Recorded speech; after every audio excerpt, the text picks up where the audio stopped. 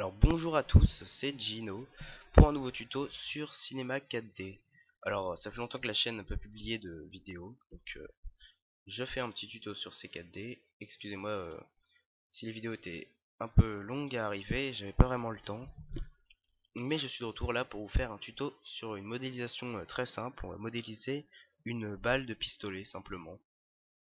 Donc je vais vous apprendre ça tout de suite.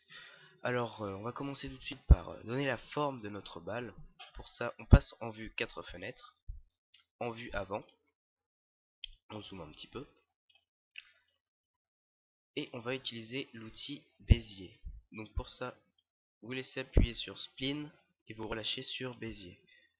Ensuite, on va commencer par cliquer ici, puis on va cliquer là, et enfin, vous cliquez ici, et vous laissez appuyer, vous laissez cliquer, et vous déplacez comme ça, de façon à avoir cette forme là, voilà. C'est tout simple, c'est assez rapide.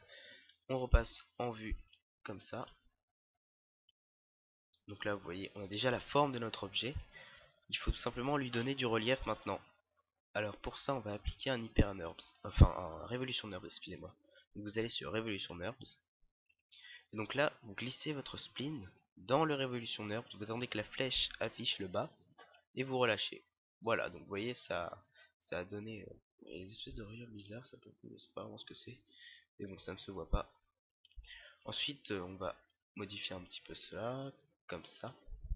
Ensuite, vous cliquez sur Evolution NURBS, vous appuyez sur C pour rendre tout ça pour que ça donne un seul objet et qu'on autorise les modifications sur cet objet. Donc la touche C autorise les modifications sur un objet. Ensuite, on va repasser en cette vue-là, en cliquant ici. On va repasser en ce mode et on va déplacer l'objet à 90 degrés. Donc pour cela, vous maintenez la touche majuscule enfoncée pour que ça soit un peu plus précis. Voilà. Donc là, notre balle est plus ou moins modélisée très simplement pour l'instant. On va maintenant s'occuper du petit renfoncement sur le côté, ici. Donc pour cela, on va tout simplement passer en mode de sélection de face. Voilà. Vous restez appuyé ici, vous prenez la sélection de face rectangulaire. Et là, vous voyez la case limitée aux éléments visibles. Alors si on la laisse cocher, voilà ce que ça fait. Quand on sélectionne les faces, voilà, ça sélectionne que la face visible. C'est pour cela qu'il faut la décocher, refaire cette manipulation, et vous voyez là, tout l'arrière est sélectionné, même les éléments qui ne sont pas visibles, donc c'est parfait. Ensuite, nous allons utiliser l'outil couteau, qui rajoute des faces à l'objet, des polygones. Donc on fait clic droit, on sélectionne l'outil couteau, là on passe en vue 4 fenêtres, pour être un peu plus précis, et on va maintenir le bouton majuscule et faire un trait droit, voilà, et on en refait un autre ici. Je ne suis pas vraiment précis, mais c'est à peu près bon. Voilà. Donc là, il y a une espèce de face qui s'est créée. Par contre, là, vous voyez que j'ai fait une petite erreur.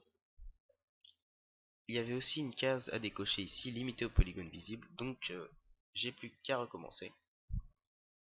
Alors, je fais quelque chose pas très précis. Voilà. Donc là, maintenant, tout est sélectionné à l'arrière. J'ai rajouté les phases, vous pouvez le voir. On va maintenant s'occuper du renfoncement. Et pour cela, vous passez en mode, vous cliquez ici. Ensuite, vous passez en sélection de face et vous sélectionnez la face que vous venez de créer. Alors attendez, bien se placer.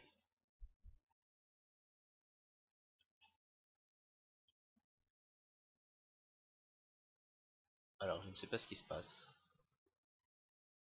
D'accord, je suis en mode de sélection d'arête. Excusez-moi, je me suis complètement gouré. Donc vous sélectionnez ce que vous venez de créer comme ceci. Voilà. Alors on voit qu'on a fait une mauvaise sélection. Je ne suis pas en vue de 4 fenêtres donc c'est pas très précis. On va repasser comme ça et on va juste sélectionner. Ouh là là. Je fais un peu n'importe quoi là. On va se placer. Voilà, enfin. Et on va tout simplement faire une extrusion en faisant clic droit, extrusion. Donc là, vous cliquez sur la face et vous extrudez un petit peu en laissant le clic gauche enfoncé. Voilà, vous extrudez un petit peu, vous faites comme vous voulez, hein. Moi je le fais comme ça. Et donc en faisant un rendu, on peut voir qu'il y a un petit renfoncement derrière. Bon, c'est pas très réaliste, mais là c'est de la modélisation très simple. On va maintenant s'occuper du texturage.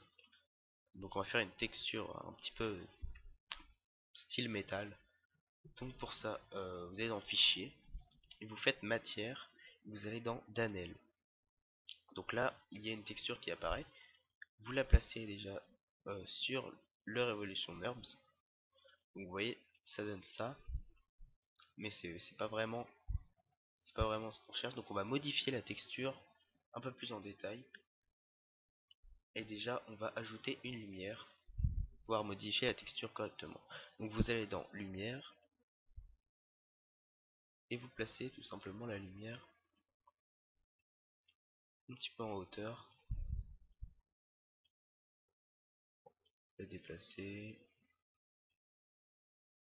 Voilà. C'est à peu près bon. On va en rajouter une en faisant CTRL-C, CTRL-V, on va la dupliquer. Et on va en rajouter une un peu plus en dessous. Voilà, donc là, on resélectionne notre balle. Et voilà. On va modifier cette texture en double-cliquant dessus.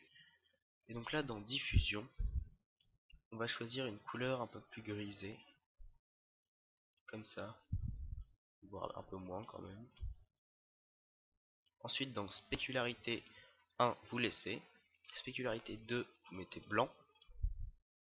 Spécularité 3, vous laissez comme ça. Dans Réflexion, on va augmenter un petit peu l'intensité. On va essayer à 40. Voir ce que ça donne. Voilà attendez, on va augmenter un petit peu la couleur. Ensuite, tout se joue à une série de tests, hein, pour voir si la texture vous plaît ou pas. Et on va mettre un petit peu de rugosité. Donc, vous cochez, vous voyez que ça fait un truc un peu dégueulasse quand vous faites un rendu, hein. Donc vous allez tout simplement baisser l'échelle. Vous allez mettre l'échelle à 2. Voir ce que ça donne. On va même mettre l'échelle à 1. Et donc voilà, ça donne ça.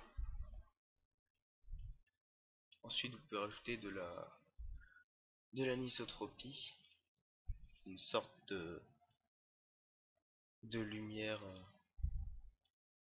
qui se voit un petit peu plus sur notre objet. On va essayer en polaire pour voir ce que ça donne. C'est plutôt pas mal. On va baisser l'amplitude, on va la mettre à 30. On va baisser également l'échelle, on va mettre à 60. Voilà, c'est à peu près bon, je pense. Moi, je suis à peu près satisfait de ça. On va maintenant s'occuper de la scène. Donc pour ça, on va tout simplement ajouter un ciel comme ceci. Alors c'est très moche, je vous l'accorde. On va créer une texture. On va mettre une texture plutôt plus vers le noir. Et on va la mettre sur le ciel. Et voilà, ça vous donne à peu près ça. Donc voilà, on a notre balle qui est modélisée et texturée. Ensuite, pour les paramètres de rendu, vous faites comme vous voulez pour ceux qui ont déjà les bases. Donc cette vidéo s'adresse un petit peu plus pour ceux qui possèdent déjà les bases de Cinema 4D. Je ferai une vidéo pour les tout débutants qui n'ont jamais utilisé le logiciel sur les options du rendu, etc. Je continuerai. Là, c'est juste un petit tuto hors série où j'avais envie de vous montrer la modélisation d'une balle de pistolet. Donc ensuite vous pouvez trouver votre angle de caméra comme vous voulez, voilà. Bon voilà, ce tuto touche à sa fin. S'il vous a plu ou aidé, vous pouvez vous abonner à la chaîne. Vous pouvez partager également la vidéo à d'autres amis qui aimeraient apprendre la 3D. Et donc c'était Gino et je vous dis à très bientôt pour le prochain tuto sur Blender, Cinema 4D ou Photoshop. Allez, salut tout le monde.